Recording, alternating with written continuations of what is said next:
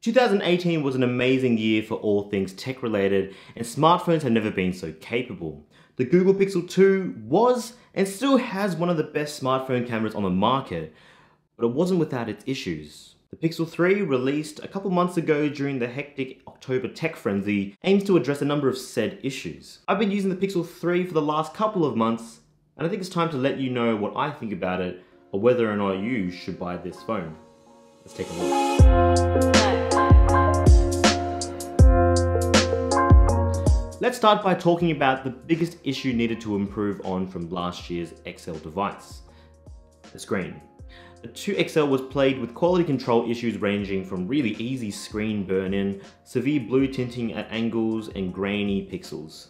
Not this time. The Pixel 3 XL's screen is uniform, clean, clear, and free of any defects that I could see. Not surprising, as this screen is supposedly manufactured by Samsung, so you get the same beautiful color reproduction and quality expected of any Samsung made panel. However, we can't stop at the screen without also talking about that face staring at you on the top. Yes, there's a pretty substantial notch up top to house a dual camera system and front-facing speaker. Whether or not that justifies the size, what you can't really deny is that it really does stick out into the usable screen space, unfortunately. Like most notches I've come across, after a few days of use, I've stopped noticing it, and it doesn't actually affect day-to-day use. It would have been nice, however, to have seen Google implement a notch hiding feature like you see in other competing smartphones. Something kind of like LG's secondary display, for example, would have sufficed. Just let the top be a space for notification information and a blacked out background. Overall, it just doesn't really seem like Google had much of an idea how to embrace the notch. No native apps even attempt to utilize that extra screen real estate.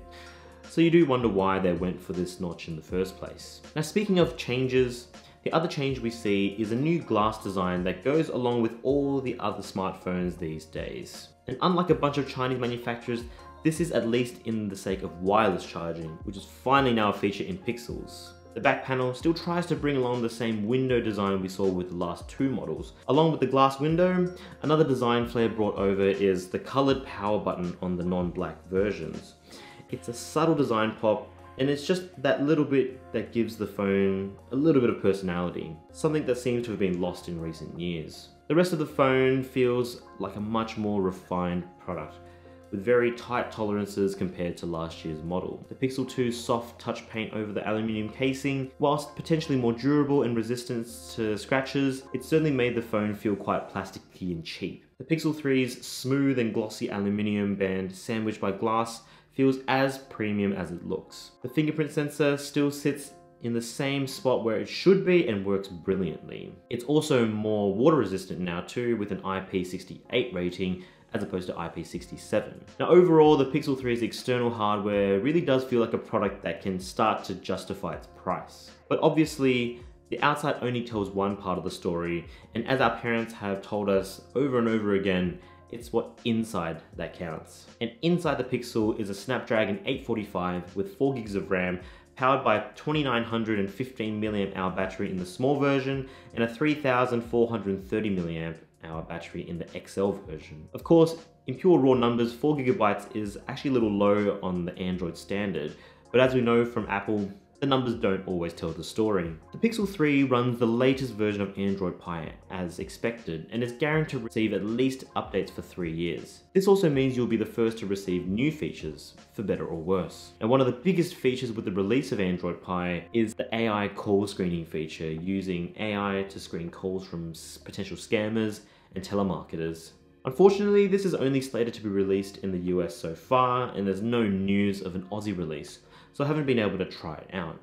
But overall, this would be a useful feature for those who prefer not to answer private or unknown numbers, and I do hope it reaches Aussie shores. In fact, it would be very useful in stopping people from getting tricked with the recent ATO scams. In any case, Google has the same massive advantage of being able to optimize Android for the Pixel's hardware. And in terms of pure UI navigation, it really shows, running buttery smooth even with 4 gigs of RAM. It's great. With general web page scrolling, multitasking, camera shooting, the Pixel unsurprisingly moves with ease and fluidity that's only second to iOS. most of the time. I'm not particularly fond of the new Android UI navigation. Overall, I think it's quite clunky and they could have done a bit better. It doesn't feel fluid at all. What's most concerning though is that if you've been paying attention to forums and Reddit, as with most newly released phones, there are bugs that make it through the quality control process.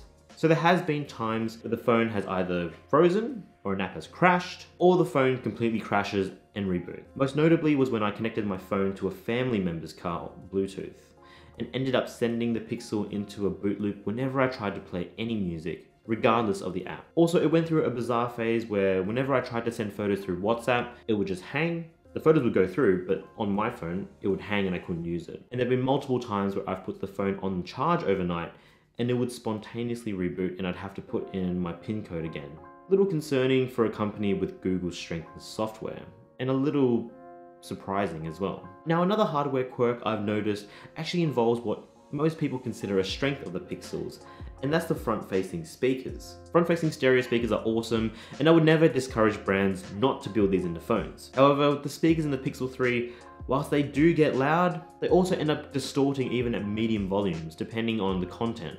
And that definitely kills the immersion when you're watching YouTube, Netflix, or playing games. The iPhone XS and the Note 9 certainly beats it in terms of pure sound quality, but I do think Google plan to address this in a software update. Now, speaking of software compensation, one area that Google really is an industry leader in using software to push how far hardware can go is in cameras. The Pixel 2 showed the world just how powerful computational photography can be. Even today, it really takes something special to even beat out the Pixel 2's camera. With the Pixel 3, Google takes the crown undoubtedly for the best smartphone photography. Sure, it doesn't have a proper hardware zoom or an ultra-wide angle, but for general photography, for when 90% of times when any normal person will just want to point and shoot and capture the moment, there's no smartphone equal. The photos are sharp, punchy, accurate, dynamic range is excellent as expected, and whilst it can save details in the shadows, it still applies just enough contrast in the blacks to stop photos looking completely flat,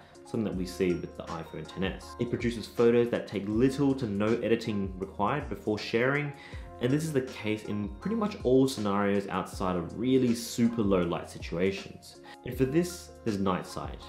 And when using this, other manufacturers might as well give up, as it's almost equivalent to cheating as far as I'm concerned. The only real competitors to this are Huawei and maybe OnePlus, but even then that's a stretch. Using AI and some smart computation, the Pixel's night sight stitches data together from a bunch of shots taken at different exposures at night and produce photos that even sometimes the normal human eye won't see. Another welcome addition to the camera system is the selfie camera, or cameras. Instead of following suit with other manufacturers by putting a secondary rear lens, they opted to go for a secondary front-facing camera instead, giving us the choice of a wider focal length for the selfie cam.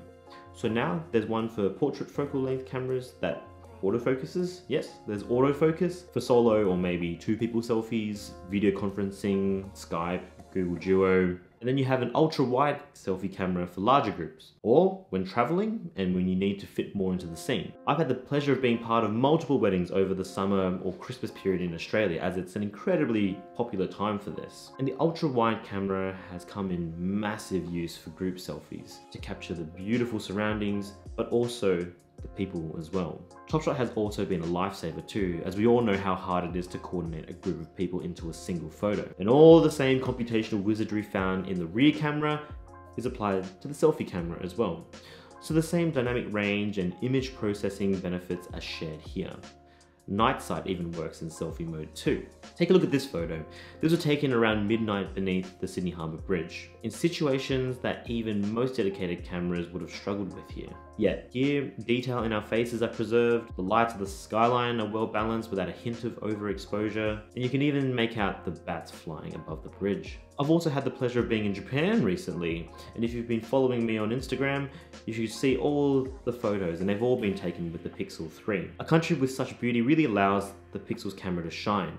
Daytime shots are clean, crisp, and color accurate, and it was perfect for nighttime shooting as well, even for nighttime street photography. It's not all smooth sailing, unfortunately, with the camera.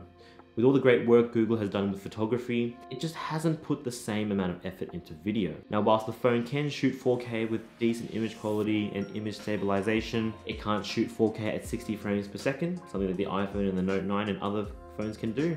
It only shoots 120 frames per second at 1080p. It also brings over the same weak audio recording performance of the Pixel 2, and this is one area that the iPhone XS and other competitors like the Note 9 have the Pixel beat. It's not horrible by any means, and it's still usable, but if smartphone videography is important to you, then you gotta look elsewhere. Photos, the Pixel beats out the iPhone and other smartphones, but not for video. Now, another weak aspect of the Pixel 3 lies in its battery. Whilst on paper, the 3,430 mAh battery seems like a decent amount, but more frequently than not, I'm running out of battery before the end of the day with the same use. With other phones, I'm usually able to get to the end of the day at least. And during my recent trip to Japan, I frequently had to use my power bank for a refill as the constant photo taking and social media took a big toll on its battery. Something that my iPhone or the Note 9 definitely wouldn't have struggled with. But otherwise, I've enjoyed using the phone.